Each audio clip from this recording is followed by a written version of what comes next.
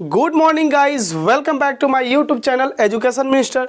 Guys आज आपका class 12th physics के first chapter electric charge and field वैद्युत आवेश तथा क्षेत्र का तीसरा पार्ट है। यदि आपने पार्ट 1 और 2 नहीं देखा है तो प्लीज़ उसका लिंक हमने डिस्क्रिप्शन में दे रखा है, जाइए उसको क्लिक कीजिए और ज़रूर देखिए ताकि ये तीसरा पार्ट आपको अच्छे से समझ में आए। गाइस आपने थंबनेल तो बहुत ही अच्छे से देखा होगा कि आज के इस थंबनेल में हम लोगों को क्या पढ़ना है। अगर आपने नहीं देखा फिर भी बता दूं जानकारी के लिए, आज के इस वीडियो में हम लोगों को पढ़ना है इलेक्ट्रिक फील्ड। जी हाँ, इससे पहले हमने इलेक्ट्रिक चार्ज और उसका खोज कैसे हुआ, कूलॉम्स लॉ और यूनिट चार्ज के बारे में पढ़ा था। तो आज हम पढ़ेंगे इलेक्ट्रिक फील्ड यानी कि वैद्युत क्षेत्र। उसके बाद आज हम लोग पढ़ने वाले हैं इंटेंसिटी ऑफ इलेक्ट्रिक फील्ड यानी कि वैद्युत क्षेत्र का तीव्रता। ठीक है, उसके बाद हम लोग पढ़ेंगे टेस्ट चार्ज यानी कि यूनिट पॉजिटिव चार्ज, एकांक धन आवेश या परीक्षण आवेश को पढ़ेंगे।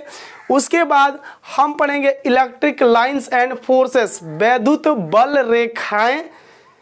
उसके अलावा और लास्ट जो आखिरी हम लोग पढ़ेंगे बच्चों, वह पढ़ेंगे कंपैरिजन बिटवीन कूलॉम्स एंड क्या ग्रेविटेशनल फोर्स यानी कि कूलॉम्स और गुरुत्वाकर्षण बल की तुलना हम लोग पढ़ेंगे। तो आइए स्टार्ट करते हैं। सबसे पहले हम लोग को बच्चों पढ़ना है, सबसे पहला जो हम लोग का पॉइंट है वह है बच्चों इलेक्ट्रिक फील्ड। इलेक्ट्रिक फील्ड जिसको बोलते हैं वैद्युत क्षेत्र। वैद्युत क्षेत्र तो बच्चों वैद्युत क्षेत्र कोई बहुत बड़ी बात नहीं है जिसको समझ नहीं पाइएगा। मैं बताता हूं, आप आसानी से समझिए, सीधा से समझाऊं। तो मान लीजिए हमने एक कोई आवेश लिया, यहाँ पे मान लीजिए कोई हमने एक आवेश लिया, राइट। मान लीजिए कोई आवेश एक हमने क्यू आवेश लिया, ठीक है। तो ये आवेश अपने चारों ओर, देखिए मैंने एक डॉटेड लाइन से, मैंने एक सर्कल यहाँ पे मैं ड्रॉ कर दे रहा हूँ डॉटेड लाइन से, ये अपने चारों ओर क्या बना लेगा, एक क्षेत्र बना लेगा। ये जो डॉटेड लाइन मैंने बनाया है यह एक एरिया है जहां तक इस आवेश का क्या है, प्रभाव है। इसी क्षेत्र को हम कहते हैं क्या, वैद्युत क्षेत्र।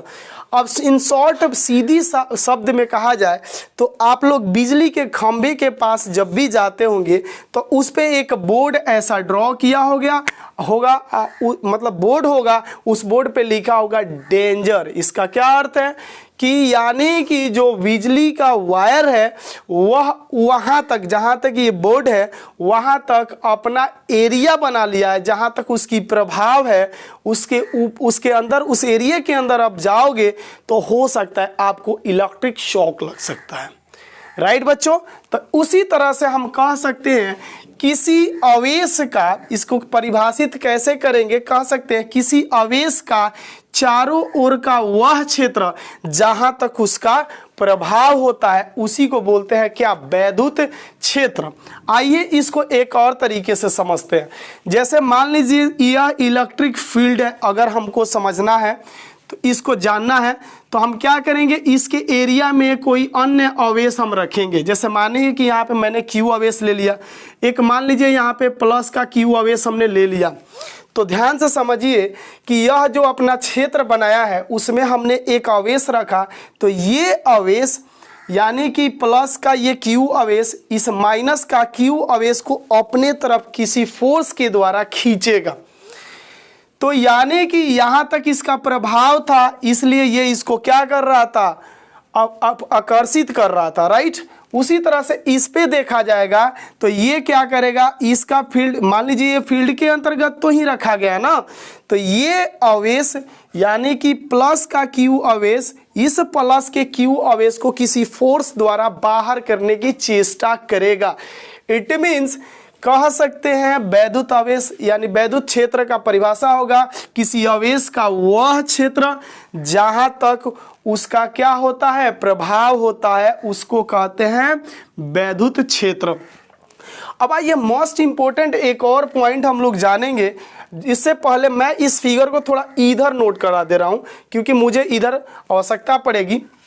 तो चलिए मान लीजिए इस चार्ज को हम यहाँ पे ले लेते हैं, ठीक है, प्लस का क्यू आवेश है, यह इसकी क्या है, एरिया हो गई, ठीक है, ये क्यू आवेश है।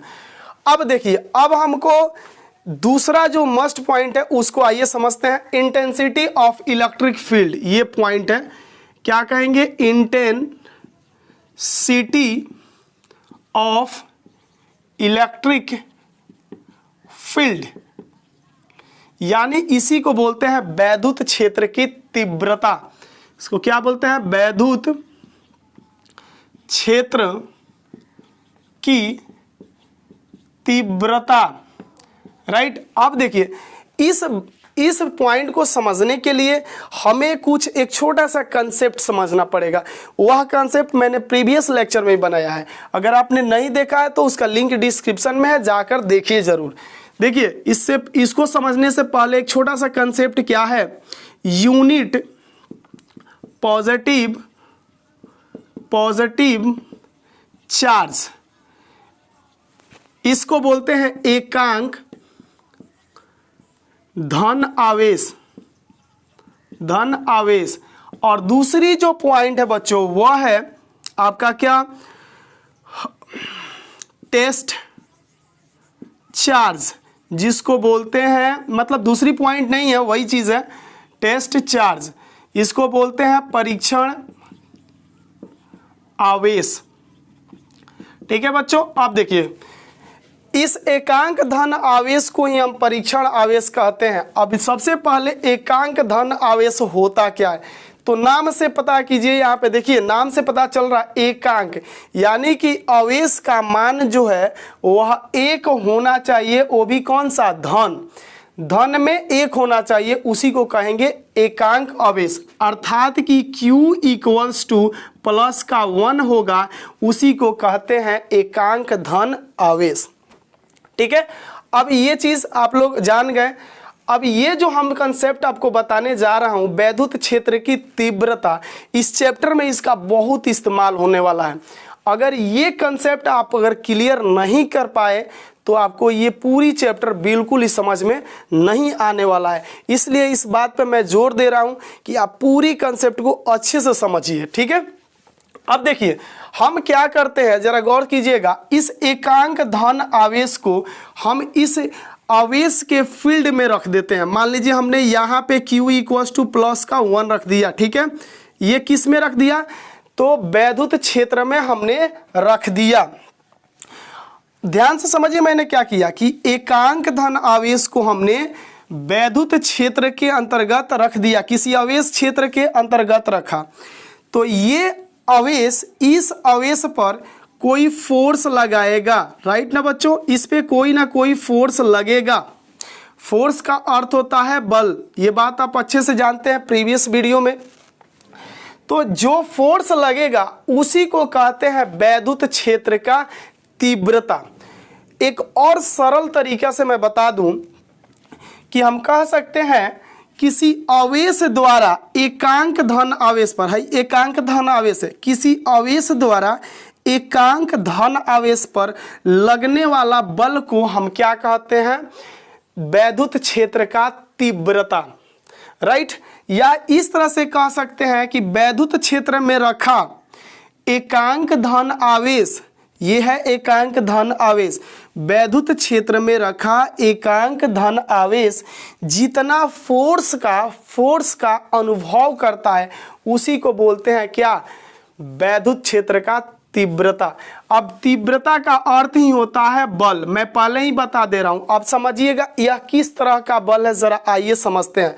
हमने प्रीवियस वीडियो में कूलम्ब्स का नियम पढ़ा था कि फोर्स जो होता है 1/4 pi epsilon not into Q1 into Q2 upon R square के इक्वल होता है। अब इसमें दो आवेश, एक Q है और एक एकांक धन आवेश है। तो अब मान लीजिए एज इट इज मैं इसको कॉपी कर लेता हूँ 1/4 पाई एप्सिलॉन नॉट इंटू, अगर ये Q2 हमारा मान लीजिए एकांक धन आवेश है, ये Q1 जो है कि Q आवेश है, तो यहाँ पे Q इंटू हम 1 लिख सकते हैं अपन क्या R स्क्वायर। तो ये जो आप देख रहे हैं ये टोटल इक्वेशन, यानी कि ये टोटल इक्वेशन जो है विद्युत क्षेत्र की तीव्रता हो जाएगी, जिसको हम किससे प्रदर्शित करते हैं, कैपिटल ई से प्रदर्शित करते हैं। ठीक है, इतनी चीज तो आपको बहुत ही अच्छे से समझ में आ गया होगा।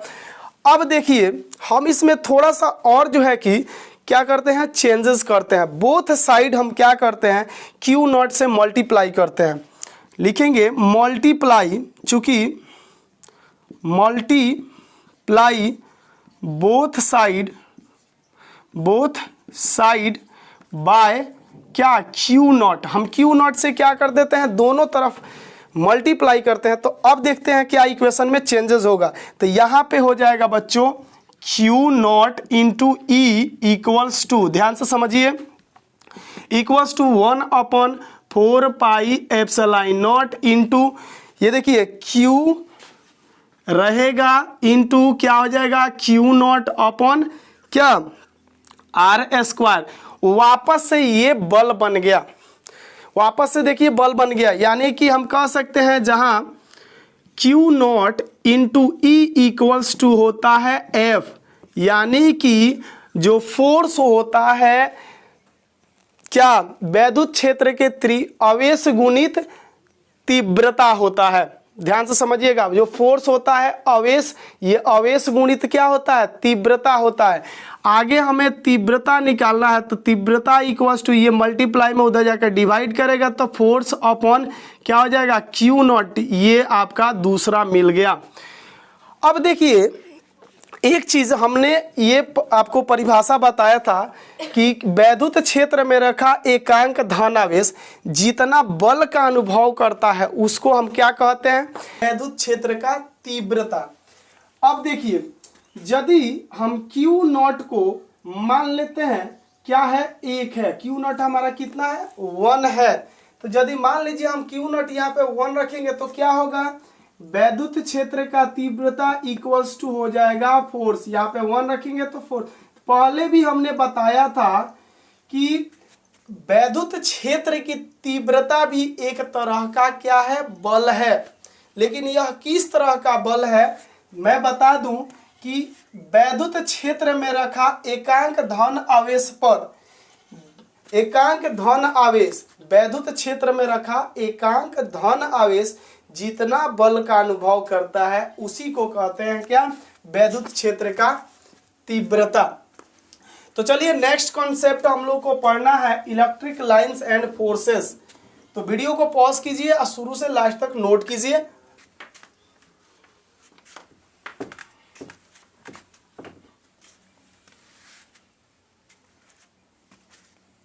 पढ़ना है हमें वैद्युत बल रेखाएं तथा गुण। देखिए अब हमें जो टॉपिक पढ़ना है वह टॉपिक है वैद्युत बल रेखाएं तथा उनके गुण। आपसे एग्जाम में ये प्रश्न पूछ सकता है कि वैद्युत बल रेखाएं क्या होती है तथा उनके विशेषताओं का उल्लेख करें। तो आइए जानते हैं, सबसे पहले जानते हैं इसको इंग्लिश नाम क्या होता है। इसको बोलते हैं इंग्लिश में electric lines and forces, right, electric lines and forces. इसको समझने के लिए देखिए मैं एकदम अच्छे से समझाऊंगा, आप कॉपी और पेन में नोट करते चलिएगा, जो बात आपको नहीं समझ में आए उसको। मान लीजिए सपोज दैट कि मैं यहाँ पे एक आवेश ले लेता हूँ प्लस का क्यू आवेश। मान लीजिए यहाँ प्लस कोई मैंने एक आवेश लिया, ठीक है, हमने एक यहाँ पे आवेश लिया जो क्या था, वो प्लस था, ठीक है। दूसरा कुछ दूरी पर हमने दूसरा एक आवेश लिया, वो जो क्या था, वो माइनस था। हमने दूसरे कुछ दूरी पर एक माइनस आवेश ले लिया और एक प्लस ले लिया। तो ये बात आप अच्छे से जानते हैं कि जो आवेश होता है उसका अपना एक इलेक्ट्रिक फील्ड होता है। तो ये दोनों आवेश अपना एक इलेक्ट्रिक फील्ड बना लिया है, राइट ना। ये दोनों आवेश क्या किए हैं, अपना एक इलेक्ट्रिक फील्ड बना लिए हैं, यानी कि इनका भी अपना एक इलेक्ट्रिक फील्ड बना हुआ है, ठीक है। अब इनके इस इलेक्ट्रिक फील्ड में मान लीजिए एकांक धन हम आवेश यहाँ पे रख दें, एकांक क्या, धन आवेश, यहाँ पे हमने एक एकांक धन आवेश रखा, तो हम इसमें एक चीज़ देखेंगे कि यह प्लस आवेश इस एकांक धन आवेश को किसी बल द्वारा, किसी फोर्स के द्वारा प्रतिकर्षित करेगा, मतलब धक्का देगा, और ये माइनस चार्ज इस एकांक धन आवेश को किसी बल द्वारा अपने तरफ क्या करेगा, खींचेगा। ठीक है, उसी तरह से जैसे जैसे एकांक धन आवेश की स्थान को बदलते चलेंगे, आगे की तरफ इसको बढ़ाते चलेंगे, तो आपको इस पे कुछ इस तरह के डॉटेड लाइन देखने को मिलेंगे, इस तरह के कुछ डॉटेड लाइन आपको देखने को मिलेंगे, ऐसे कुछ डॉटेड लाइन आपको देखने को मिलेंगे। ठीक है, इन्हीं डॉटेड लाइन को यदि हम मिला देते हैं, इन सारे कर्व लाइन है, ये डॉटेड कर्व लाइन यानी कि ये बिंदु वक्र लाइन थे, इनको हमने क्या किया, सबको, सारे बिंदु को हमने पॉइंट्स को जब मिला दिया तो आपको कुछ ऐसे लाइन देखने को मिलेंगे, ढेर सारे लाइंस देखने को मिलेंगे।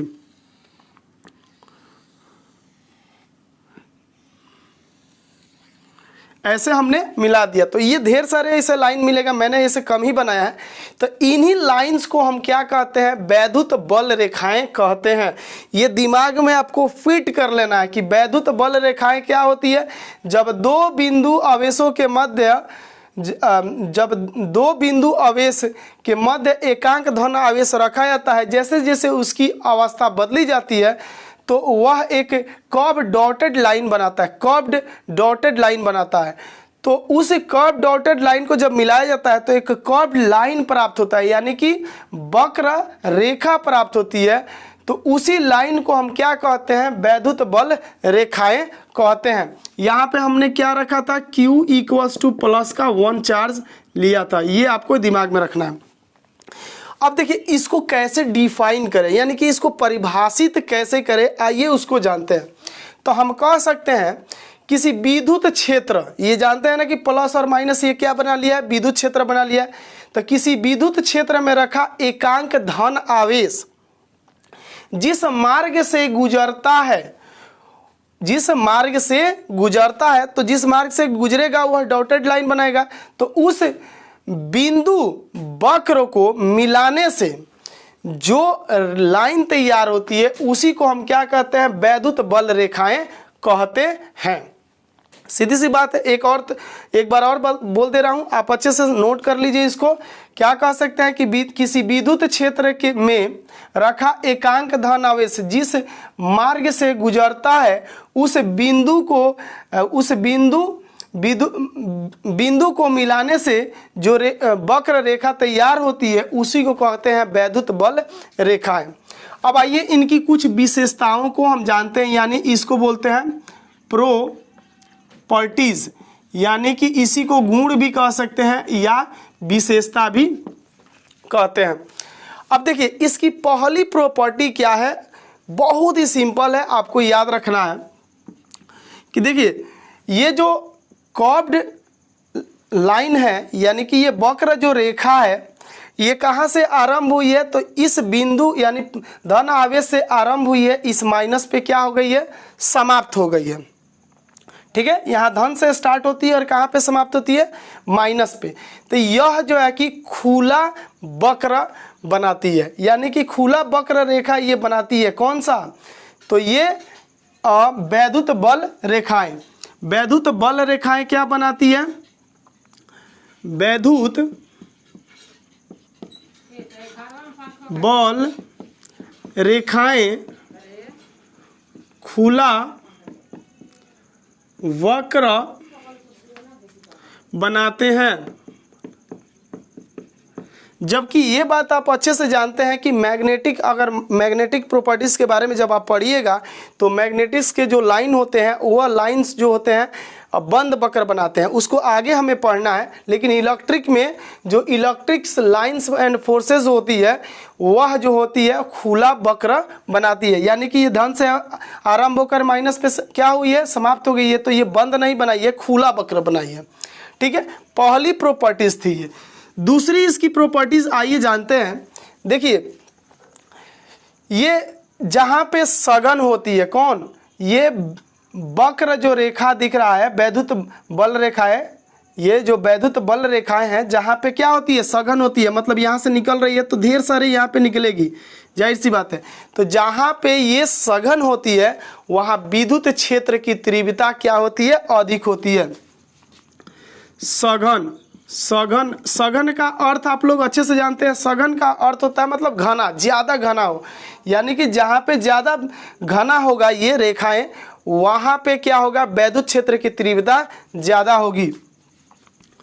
जहाँ ये रेखाएं सघन होती है वहाँ वैद्युत क्षेत्र की तीव्रता अधिक होती है।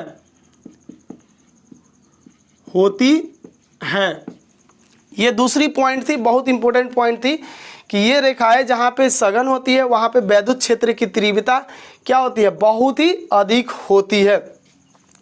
अब देखिए ये तीसरी जो पॉइंट इसकी है, याद रखिएगा, अगर सपोज दैट कि मान लीजिए हमने एक यहाँ पे पॉइंट लिया, ठीक है, अब मैं इस पे एक स्पर्श रेखा को खींचता हूँ। ऐसे स्पर्श रेखा जब मैं खींचूंगा, जब इसके स्पर्श रेखा हम खींचेंगे तो यहाँ पे हम देखेंगे क्या कि जो स्पर्श रेखा का डायरेक्शन है, दिशा है, वही विद्युत क्षेत्र का तीव्रता का दिशा होती है।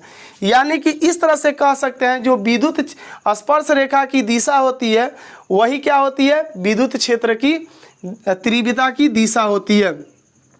क्या कहेंगे, स्पर्श रेखा की दिशा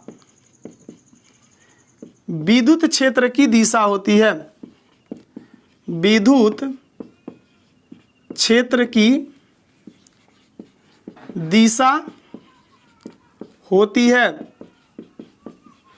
अब देखिए और जो चौथी पॉइंट है ये भी बहुत इंपॉर्टेंट पॉइंट है। मैंने यहाँ पे एक विद्युत क्षेत्र लेकर के एकांक धनावेश लेते हुए मैंने बहुत सारे वैद्युत बल रेखाओं को खींचा। उसी प्रकार मैं यहाँ पे मान लीजिए वैद्युत बल रेखाएं बनाता हूँ तो देखेंगे कि इसमें का एक वैद्युत बल रेखा और इसमें का एक वैद्युत बल रेखा, यानी कि दो वैद्युत बल रेखाएं एक दूसरे को लंबवत मतलब 90 डिग्री पे क्या करेगा, आकर्षित या प्रतिकर्षित करेगा, मतलब खींचेगा या तो धक्का देगा। कितने डिग्री पर, तो 19 डिग्री को। तो हम क्या कह सकते हैं, दो वैद्युत बल रेखाएं लंबवत आकर्षण तथा प्रतिकर्षण करते हैं। लंबवत आकर्षण तथा प्रतिकर्षण करते हैं। ये आपको एकदम दिमाग में फिट कर लेना है। और आखिरी जो सबसे मोस्ट इम्पोर्टेंट पॉइंट है बच्चों, इसको एकदम आपको भूलना ही नहीं चाहिए, क्योंकि दो वैद्युत बल रेखाएं कभी एक दूसरे को प्रतिच्छेदित नहीं करती है। ये एकदम दिमाग में ऐसे फिट करके रखना है कि समझिए कि ये एग्जाम बोर्ड में पूछेगा ही पूछेगा, डेफिनेटली आएगा। इस तरह के क्वेश्चन हमेशा पूछे जाते हैं। तो हमेशा याद रखिएगा कि दो वैद्युत बल रेखाएं कभी एक दूसरे को काटती नहीं है। क्या कह सकते हैं, दो वैद्युत बल रेखाएं एक दूसरे को कभी नहीं काटती। ये आपको दिमाग में फिट करके रखनी है। आखिरी पॉइंट थी अब ये प्रश्न जो है ऐसे इस ऑब्जेक्टिव में भी पूछ सकता है और दूसरी तरह से ये पूछ सकता है 2 या 3 नंबर का, कह सकता है कि दो वैद्युत बल रेखाएं एक दूसरे को प्रतिच्छेदित क्यों नहीं करती। राइट, आइए ज़रा हम उसको समझते हैं। मान लीजिए कि ये एक हमने वैद्युत बल रेखा खींच दिया और एक दूसरा ये लिख दिया। इसको मान लेंगे पहले हम वैद्युत बल रेखा 1 और इसको मान लेंगे वैद्युत बल रेखाएं 2, और ये मान के चलेंगे कि यह दोनों वैद्युत बल रेखाएं एक दूसरे को किसी बिंदु पर क्या करती है, काटती है, यानी कि प्रतिच्छेदित करती है। ये मान के हम चलेंगे। चूंकि गणितीय अवधारणा से ये लिखेंगे, चूंकि गणितीय अवधारणा से हम जानते हैं किसी एक बिंदु पर केवल एक ही स्पर्श रेखा खींची जा सकती है। ये बात गणित की अवधारणा से हम जानते हैं। मैथमेटिक्स आप थोड़ा बहुत जानते होंगे तो ये बात आपके दिमाग में होगा कि केवल एक पॉइंट पर एक ही स्पर्श रेखा खींची जाती है। ठीक है, तो हम यहाँ पे लिखेंगे गणितीय अवधारणा से हम जानते हैं कि केवल एक बिंदु पर केवल एक ही स्पर्श रेखा खींची जा सकती है। अतः यह हमारा मानना गलत होगा कि एक बिंदु पे दो वैद्युत बल रेखाएं क्या करती है, प्रतिच्छेदित करती है। क्यों? क्योंकि एक ही स्पर्श रेखा खींची जा सकती है, अर्थात कि ये जो एक बिंदु है उस पे एक ही बल रेखाएं होगी, उस पे दूसरी बल रेखा वैद्युत बल रेखा नहीं हो सकती है। राइट, तो बच्चों ये थी आपका इलेक्ट्रिक लाइंस एंड फोर्सेस और उसकी प्रॉपर्टीज थी। आप इसको नोट कीजिए। चलते हैं नेक्स्ट टॉपिक के तरफ। ये जो हमारा पॉइंट है बच्चों, ये छोटा सा एक और कॉन्सेप्ट है, ये लास्ट कॉन्सेप्ट है। इसके बाद हम लोग नेक्स्ट वीडियो लेकर आएंगे, उसमें आप लोग को पढ़ने को नया चीज़ मिलेगा। आपसे जो इंट्रो में हमने बताया था वही हम लोग को आज के इस वीडियो में पढ़ना है। तो लास्ट कॉन्सेप्ट यह है कि स्थिर वैद्युत बल, स्थिर वैद्युत बल तथा गुरुत्व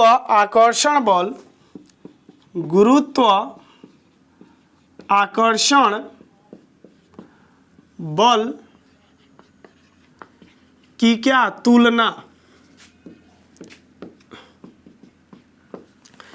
ये देखिए दोनों अलग अलग फोर्स है और ये दोनों अलग अलग चीज़ों पे काम करती है।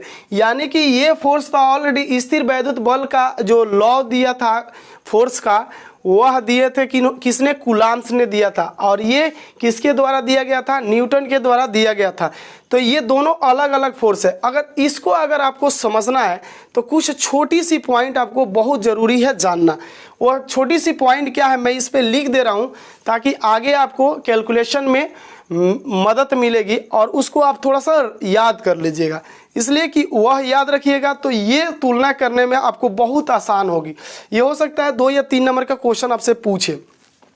तो चलिए, ये सबसे पहले आपको याद रखना है, एक इलेक्ट्रॉन पर जो आवेश का मान होता है वह कितना होता है।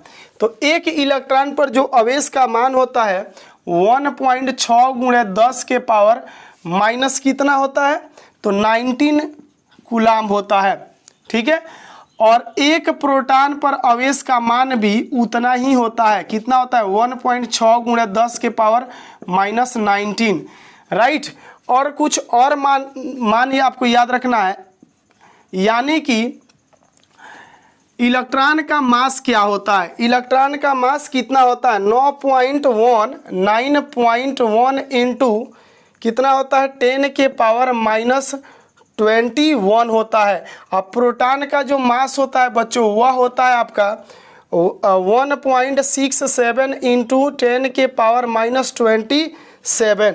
ये चीज़ आपको बहुत ही अच्छे से याद करना पड़ेगा क्योंकि ये केमिस्ट्री का भी बात है और फिजिक्स का है, तो आपके सामने पता चल ही रहा है। आगे भी इसके बहुत सारा यूजेस है। तो देखिए, अगर एक परमाणु, आप जो परमाणु होता है वो आप अच्छे से उसको देखे होंगे कि परमाणु के कुछ ऐसी ही संरचना होती है। अब परमाणु का ये जो नाभिक होता है इसमें प्लस चार्ज होता है, जिसको हम जिसे प्रोटॉन हम कहते हैं, और इसके जो ये ऑर्बिट होता है, इस ऑर्बिट पर क्या होता है, माइनस चार्ज होता है, जिसको इलेक्ट्रॉन कहते हैं। वो क्या करता है, इस ऑर्बिट पे चक्कर लगाता है। तो यानी कि एक परमाणु में दो तरह के चार्ज पाए जाते हैं, एक प्लस और एक माइनस। तो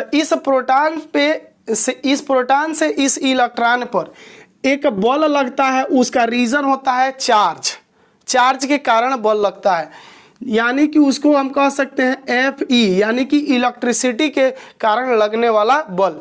लेकिन इनके चार्ज के अलावा इनमें आप ये भी जानते हैं कि प्रोटॉन में भी मास होता है और इलेक्ट्रॉन के भी मास होता है, ये बात है ऑलरेडी यहाँ पे लिखा हुआ है। तो ये प्रोटॉन के में मास होने के चलते और इलेक्ट्रॉन में मास होने के चलते भी एक बल लगता है, यानी कि इनके मास के होने के वजह से एक बल लगता है जिसे ग्रेविटेशनल फोर्स कहते हैं, जिसको हम दर्शा सकते हैं Fg से।